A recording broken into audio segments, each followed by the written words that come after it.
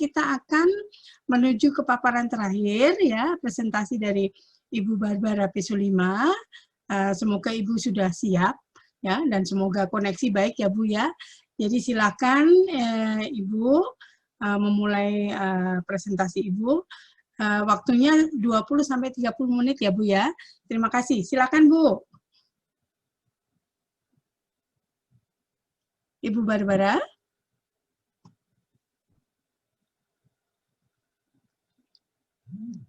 Ya, panitia sudah share screen. Silakan Ibu Barbara.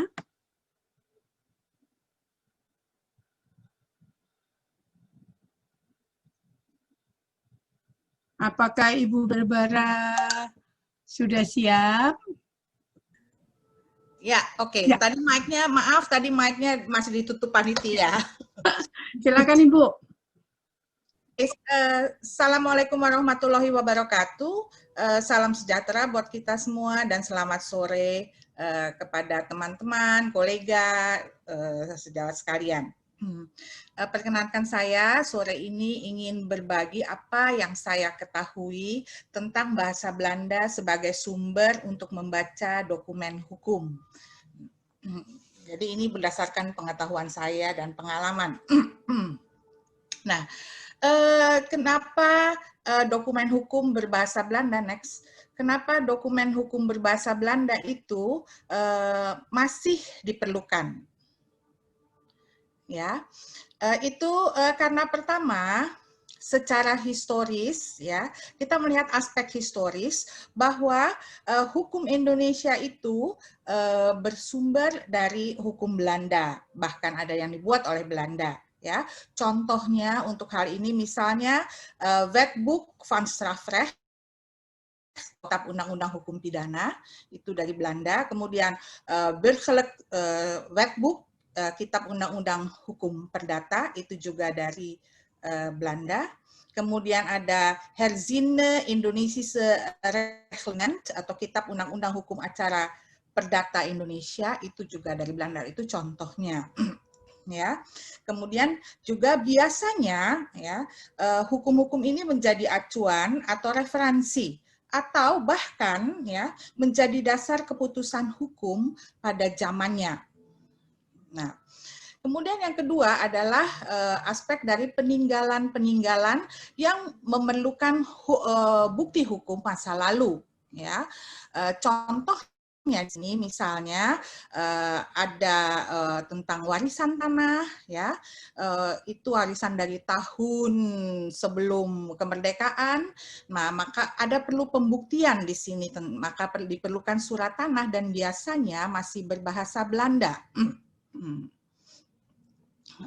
Kemudian contoh yang lain, aspek lain adalah kerjasama ya, seperti kita ketahui bahwa hubungan antara Indonesia dan Belanda ini sangat harmonis ya, maka sering terjadi kerjasama di segala bidang yang terkadang memerlukan perjanjian yang berkekuatan hukum.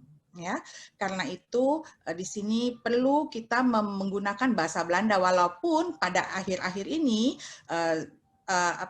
surat perjanjian itu biasa umumnya menggunakan bahasa Inggris. Ya. Kemudian untuk urusan-urusan pribadi, ya, misalnya untuk urusan pernikahan, perceraian dan sebagainya, atau untuk yang mau pergi ke Belanda, studi ke Belanda, nah itu memerlukan juga dokumen-dokumen berbahasa Belanda. Nah, itu mengapa dokumen hukum itu berbahasa Belanda masih diperlukan. Kira-kira itu jawabannya. Ya, next. Kemudian siapa yang memerlukan dokumen-dokumen ini? Ya, tentu saja praktisi hukum, ya, misalnya para hakim dan sebagainya untuk suatu perkara, ya. Kemudian seperti Pak Ahmad tadi mengatakan, ya, peneliti dan ilmuwan tentu saja memerlukan dokumen-dokumen ini, ya. Kemudian mahasiswa di bidang hukum tentu saja harus mengerti sedikit tentang dokumen hukum berbahasa Belanda, ya. Kemudian juga masyarakat yang berkepentingan, ya. Maksudnya di sini adalah pengusaha atau calon mahasiswa yang akan studi di Belanda dan sebagainya.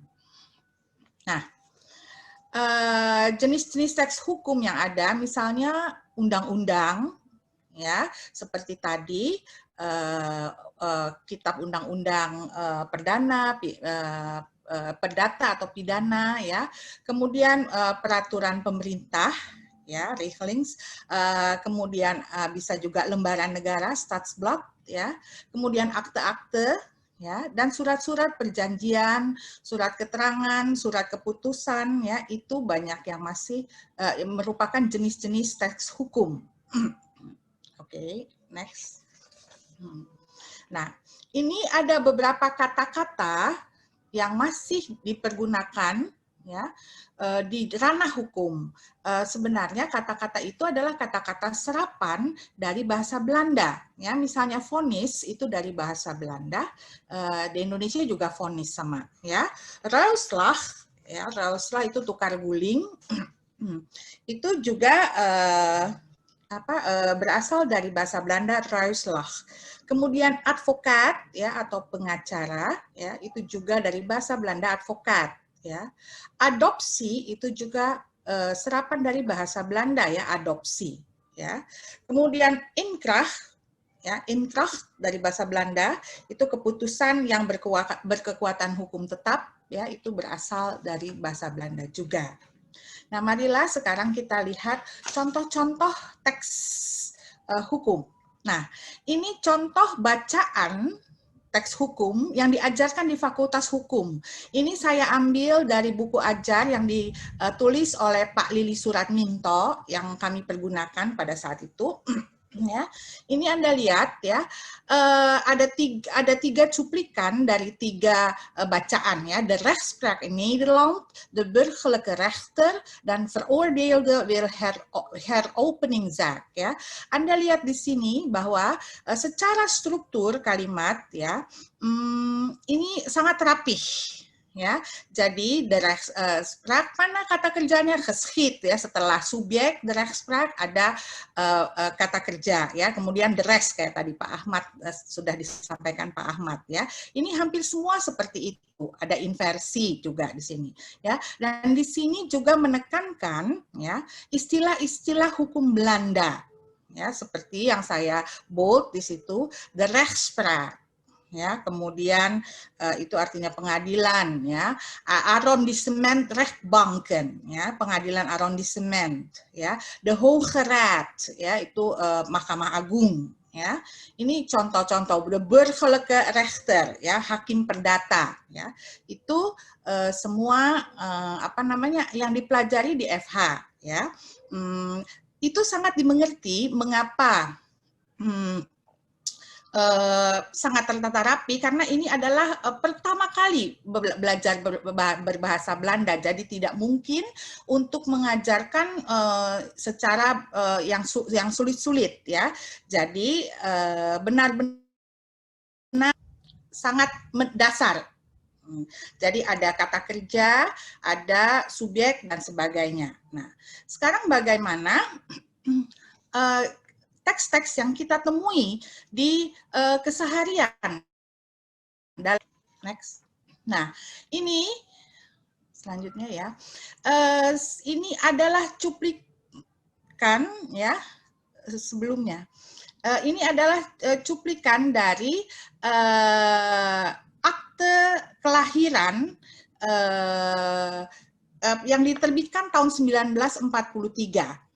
Ya, tidak di sini subjeknya itu bukan kata benda, ya, tapi het hoofdregister van geboorte door de Chinezen dan sebagainya. Kemudian ada PV-nya Blythe di situ, ya. Nah, Anda lihat, ya, jadi yang diajarkan dengan kenyataannya berbeda secara strukturnya, ya.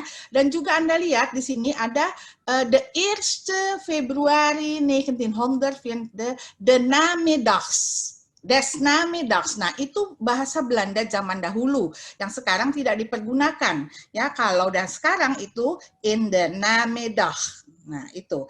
Kemudian te 4 ure, ya, te 4 ure itu mungkin tidak ada lagi sekarang, adanya om 4 uur. Nah, itu, yang membedakan. Jadi Anda lihat di sini seperti tadi sudah disampaikan oleh Pak Ahmad bahwa juga terjadi perbedaan spelling, ejaan. Ya, oke, next. Selanjutnya,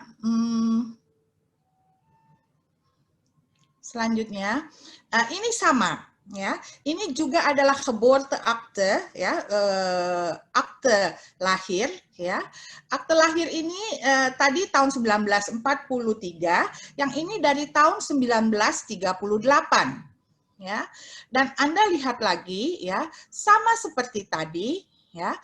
Ini het hoofdregister van geboorten voor Chinezen te buitenzorg, ya. Anda lihat, ya, buitenzorg, dia mengatakan, mereka menuliskannya buitenzorg, sedangkan sekarang tidak ada lagi buitenzorg, tetapi Bogor, ya.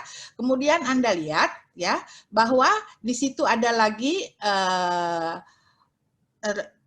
op den 30 November. Ya, maksudnya 30 November, tapi ditulisnya 30 November 1938, des voormiddag. Ini kata ini tidak dipergunakan lagi, des voormiddags, ya, tapi lebih sering dipergunakan in the voormiddag, ya. Kemudian ten 6 uur, ya, maksudnya di sini, ya, op 6 uur, ya. Jadi ini adalah kata-kata yang sudah berkembang, yang sekarang tidak begitu lagi bentuknya, ya, tidak digunakan. Oke, next. Yang ini, ya, adalah dokumen yang baru, ya. Ini baru tahun 1981. Ini adalah getuigschrift, ya, atau semacam ijazah, ya, dari Vrije Universiteit Amsterdam, ya. Di sini ini tetap saja menuliskan Fakulteit der Geneeskunde van de Vrije Unie. Ini tidak ada tidak ada masalah untuk para mahasiswa kami atau untuk teman-teman yang baru belajar bahasa Belanda untuk membaca dokumen ini, karena secara struktur, ya, ini rapih seperti tadi yang diajarkan di Fakultas Hukum, ya. Jadi ada subjek, setelah subjek kemudian ada kata kerjanya dan sebagainya, ya. Tidak ada masalah. Ini tahun 1981, ya. Selanjutnya,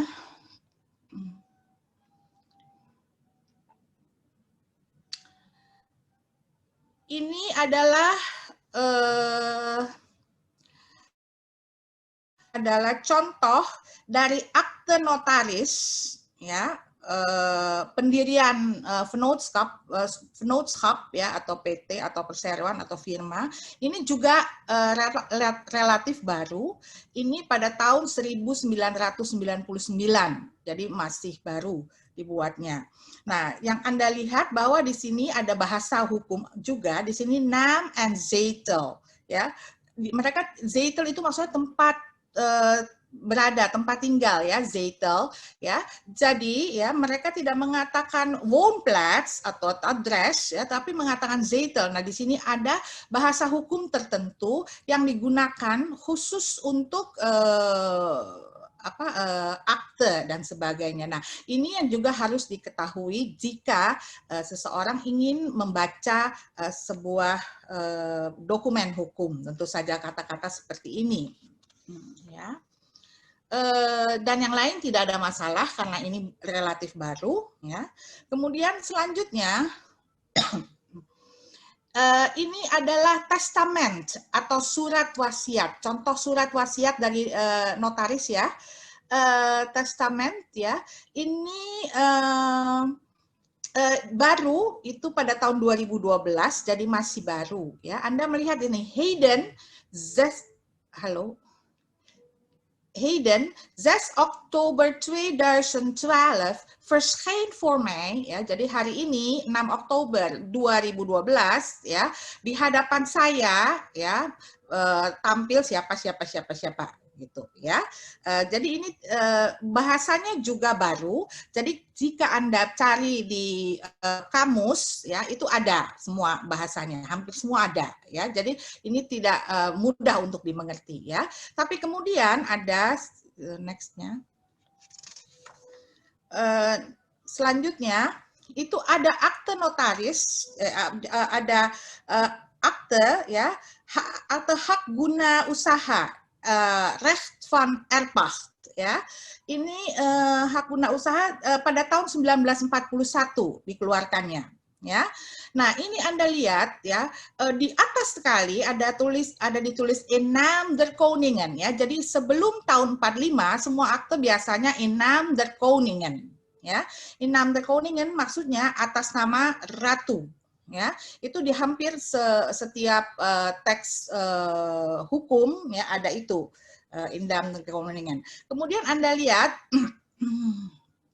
Hayden, kalau tadi kita lihat Hayden ya, kemudian langsung 6 Oktober 2012 ya. Sekarang kita lihat Hayden dan 1 and 20 April ya. Dan 1 and 20 April. Jadi tanggal 1 and 20 April. Jadi ada den di situ. Ya, ada den. Ya, jadi itu juga gaya bahasa penulisan akta sudah lampau ya. 1900 selanjutnya ya. Nah, kemudian Anda lihat 1941 compareerde ya, tadi ya di compareerde ini sama dengan verschenen ya, sama dengan muncul di hadapan saya ya, compareerde. Tetapi ini istilah lama. Jadi jadi Anda kalau mau membaca teks itu juga harus lihat ini artinya sama tidak dengan apa yang sekarang, dengan kata apa. Nah, itu harus diketahui. Kadang-kadang juga tidak ada di kamus terkadang ya. Jadi harus benar-benar mencari melalui Google dan sebagainya. Nah, itu ya. Selanjutnya nah, ini adalah besluit ya, atau surat keputusan ya. Keputusan ini surat keputusan tahun 1917 ya.